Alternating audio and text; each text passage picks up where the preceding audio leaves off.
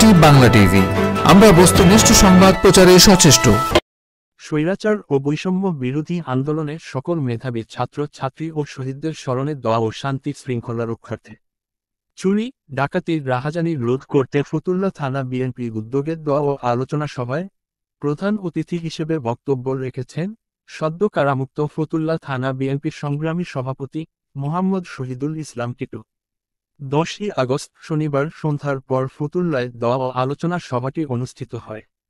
সভায় প্রধান বক্তা হিসেবে উপস্থিত ছিলেন ফতুল্লা থানা বিএনপির সাংগঠনিক সম্পাদক রিয়াদ মোহাম্মদ চৌধুরী। সঞ্চালনা করেন ফতুল্লা থানা বিএনপির সিনিয়র যুগ্ম সাধারণ সম্পাদক রুহুল আমিন শিকদার। বিশেষ অতিথি হিসেবে উপস্থিত ছিলেন ফতুল্লা থানা বিএনপি কোষাধ্যক্ষ ও কুতুবপুর ইউনিয়ন বিএনপি ভারপ্রাপ্ত সভাপতি নজরুল ইসলাম মাতবর। উক্ত সময়ে আরও উপস্থিত ছিলেন ফতুল্লা থানা বিএনপি, ফতুল্লা থানার আওতাধীন প্রতিটি ইউনিয়ন ওয়ার্ডের বিএনপি ও এর সহযোগী অঙ্গ সংগঠনের নেতাকর্মীবৃন্দ।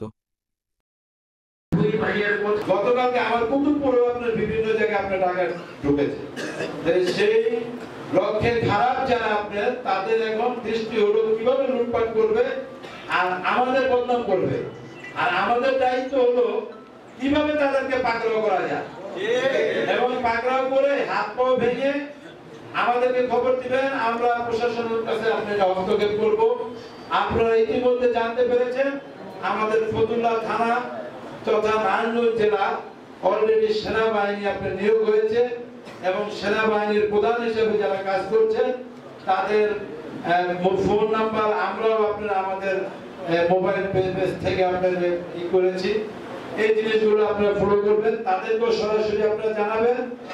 হত্যার মধ্য দিয়ে, শহীদের মধ্য দিয়ে, রক্তের মধ্য দিয়ে আজকে বাংলাদেশে একটি জালিম সরকারের হাতে মুক্তি পেয়েছে।